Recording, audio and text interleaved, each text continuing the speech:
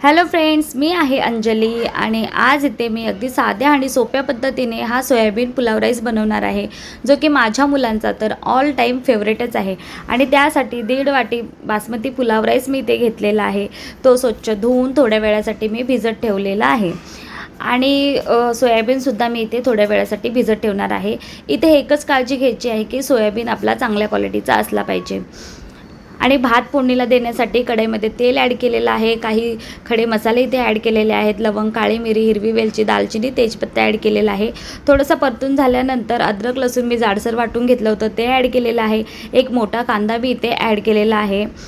2-3 हिरव्या मिरच्या ॲड केलेल्या आहेत. आणि थोडंसं परतून घेतल्यानंतर एक टमॅटो मी इथे ॲड केलेला आहे. आणि जो सोयाबीन आपण भिजत ठेवलेला होता तो स्वच्छ पिळून ह्याच्यामध्ये ॲड केलेला आहे आणि वरतून मीठ ॲड केलेलं आहे. सोयाबीनला एक वाफ काढून घ्यायची आहे.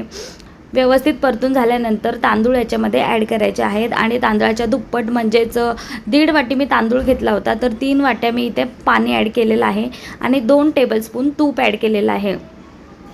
ह्या भाताला आपल्याला उघड्यावरच पाणी आटेपर्यंत व्यवस्थित शिजवून घ्यायचं आहे. पाणी आटल्यानंतर झाकण ठेवून स्लो गॅसवरती 10 ते 15 मिनटासाठी व्यवस्थित शिजवून घ्यायचं आहे. आणि तुम्ही इथे बघू शकता अगदी मस्तपैकी एकदम फळफळीत असा आपला इथे सोयाबीन पुलाव राईस तयार झालेला आहे. व्हिडिओ आवडला असेल तर व्हिडिओला लाईक